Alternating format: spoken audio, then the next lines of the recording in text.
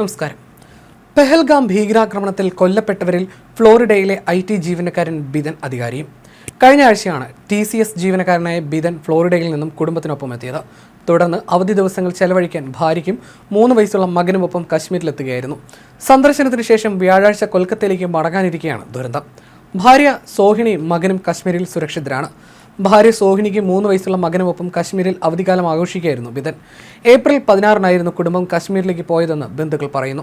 April 24-ന് തിരിച്ചു വരാനിരിക്കെയാണ് ഭീകരരുടെ ആക്രമണത്തിൽ ജീവൻ നഷ്ടമായത്. അവർ കുറച്ച് സാമ്പത്തിക ബുദ്ധിമുട്ടിലായിരുന്നു. ഞാനാണ് അവരോട് അവധിക്കാലം ആഘോഷിക്കാൻ നിർദ്ദേശിച്ചതെന്ന് ബിദന്റെ ബന്ധുവായ ദീപക് ഇന്ത്യൻ എക്സ്പ്രസിനോട് പറഞ്ഞു. ഏപ്രിൽ 8-നാണ് ബിദൻ US-ൽ നിന്നും തിരിച്ചെത്തിയത്. ഏപ്രിൽ 16-ന് അവർ കശ്മീരിലേക്ക് പോയി. അവരോടൊപ്പം വരാൻ വേണ്ടി എന്നോട് ആവശ്യപ്പെട്ടിരുന്നു. പക്ഷേ എനിക്ക് പോകാൻ കഴിഞ്ഞില്ല. ദിവസവും ഞങ്ങൾ സംസാരിക്കാറുണ്ടായിരുന്നു. കുതിരസവാരിക്ക് പോകരുതെന്ന് ഞാൻ അവരോട് പറഞ്ഞിരുന്നു. പക്ഷേ എന്താണ് സംഭവിച്ചതെന്ന് കണ്ടില്ലേ? അവൻ്റെ കുഞ്ഞിൻ്റെ മുഖത്ത് ഞാൻ ഇനി എങ്ങനെ നോക്കുമെന്നും ദീപക് കണ്ണീരോടെ ചോദിച്ചു. ഇക്കഴിഞ്ഞ 16-നാണ് ബിദനും കുടുംബവും കശ്മീരിൽ എത്തിയത്. 24-ന് മടക്കയാത്ര നിശ്ചയിച്ചിരുന്നു. ആക്രമണത്തിന് മണിക്കൂറുകൾക്ക് മുൻപ് പഹൽഗാമിലെത്തിയ കുടുംബം മിനി സ്വിറ്റ്സർലൻഡ് എന്നറിയപ്പെടുന്ന ബൈസറിലേക്ക് എത്തുകയായിരുന്നു. ഭാര്യയ്ക്കും മകനുമൊപ്പം ബൈസറിനിൽ ചെലവഴിക്കുന്നതിനിടയിലാണ് ഭീകരർ ബിദന് നേരെ നിറയൊഴിച്ചത്. ആക്രമണത്തിൽ നിന്ന് ഭാര്യ സോഹിണിയും മകനും രക്ഷപ്പെട്ടു. US-ലെ ഫ്ലോറിഡയിൽ താമസിച്ച് TCS-ൽ ടെസ്റ്റ് മാനേജറായി ജോലി ചെയ്തു വരികയായിരുന്നു ബിദൻ.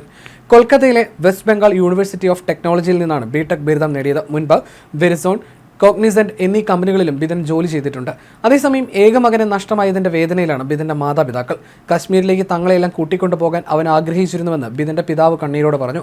പക്ഷേ മരുമകളോടൊപ്പം പോകാൻ താൻ അവനോട് പറഞ്ഞു. കഴിഞ്ഞ ദിവസം ഉച്ചകഴിഞ്ഞും അവനോട് സംസാരിച്ചിരുന്നു. അതിനുശേഷം എന്താണ് സംഭവിച്ചതെന്ന് അറിയില്ലെന്നും അദ്ദേഹം കൂട്ടിച്ചേർത്തു.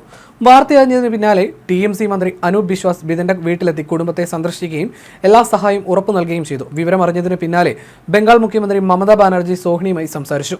ഇവരുടെ ദുഃഖത്തിൽ ആശ്വസിപ്പിക്കാൻ വാക്കുകളില്ല എന്നാണ് മമത X-ൽ കുറിച്ചത്. മൃതദേഹം എത്രയും വേഗം നാട്ടിലെത്തിക്കാനുള്ള കാര്യങ്ങൾ ചെയ്യുന്നുണ്ടെന്ന് മമതാ ബാനർജി അറിയിച്ചു. അതേസമയം ആക്രമണത്തെ തുടർന്ന് മുഖ്യമന്ത്രി ഒമർ അബ്ദുള്ള സർവകക്ഷി യോഗം വിളിച്ചിട്ടുണ്ട്. നാളെ വൈകിട്ട് 3 മണിക്കാണ് യോഗം നടക്കുക. സർവകക്ഷി യോഗത്തിലേക്ക് എല്ലാ പ്രധാനപ്പെട്ട പാർട്ടികൾക്കും ക്ഷണമുണ്ട്. നിലവിൽ ഉന്നത പോലീസ് ഉദ്യോഗസ്ഥരെയും ചീഫ് സെക്രട്ടറിയെയും ഉൾപ്പെടെ പങ്കെടുപ്പിച്ചുകൊണ്ട് ലഫ്റ്റനന്റ് ഗവർണർ മനോജ് സിൻഹയും ഉന്നതതല യോഗം ചേരുന്നുണ്ട്. ക്രൂരമായ ആക്രമണത്തെ തുടർന്ന് പാകിസ്ഥാനുമായിട്ടുള്ള നയതന്ത്ര സഹകരണം ഉൾപ്പെടെ അവസാനിപ്പിക്കുന്ന കടുത്ത നടപടിയിലേക്ക് ഇന്ത്യ കടന്നേക്കുമെന്നാണ് റിപ്പോർട്ടുകൾ. ഇസ്ലാമാബാദിലെ ഹൈക്കമ്മീഷന്റെ പ്രവർത്തനവും നിർത്തിയേക്കും. എന്നാൽ ഭീകരാക്രമണവുമായി ബന്ധമില്ലെന്നാണ് പാകിസ്ഥാന്റെ ഔദ്യോഗിക വിശദീകരണം. ഭീകരാക്രമണത്തിൽ 26 പേരാണ് കൊല്ലപ്പെട്ടത്. ഗുജറാത്തിൽ നിന്ന് 3 പേർ, കർണാടകയിൽ നിന്ന് 3 പേർ, മഹാരാഷ്ട്രയിൽ നിന്ന് 6 പേർ, ബംഗാളിൽ നിന്ന് 2 പേർ, ആന്ധ്രയിൽ നിന്നും കേരളത്തിൽ നിന്നും ഒരാൾ, UP, ഒഡീഷ, ബീഹാർ, ചണ്ഡീഗഡ്, ഉത്തരാഖണ്ഡ്, ഹരിയാന, കശ്മീർ, മധ്യപ്രദേശ് എന്നിവിടങ്ങളിൽ നിന്നും ഓരോരുത്തരുമാണ് മരിച്ചത്. നേപ്പാളിൽ നിന്നുള്ള ഒരാൾ മരിച്ചു. മൃതദേഹങ്ങൾ നാട്ടിലെത്തിക്കുന്നതിനുള്ള നടപടികൾ പൂർത്തിയായിക്കൊണ്ടിരിക്കുകയാണ്. കൊല്ലപ്പെട്ട മലയാളി കൊച്ചി സ്വദേശി രാമചന്ദ്രന്റെ സംസ്കാര ചടങ്ങുകൾ വെള്ളിയാഴ്ചയാണ് നടത്തുക. ആക്രമണത്തിൽ പരിക്കേറ്റ 17 പേരുടെ നില ഗുരുതരമായി തുടരുകയാണ്. അതേസമയം ശ്രീനഗറിലെ പോലീസ് കൺട്രോൾ റൂമിന് പുറത്ത് നടന്ന ചടങ്ങിൽ അമിത്ഷാ ആക്രമണത്തിൽ കൊല്ലപ്പെട്ടവർക്ക് ആദരാഞ്ജലി അർപ്പിച്ചു. ഇരകളുടെ കുടുംബങ്ങളെയും ഷാ കണ്ടു.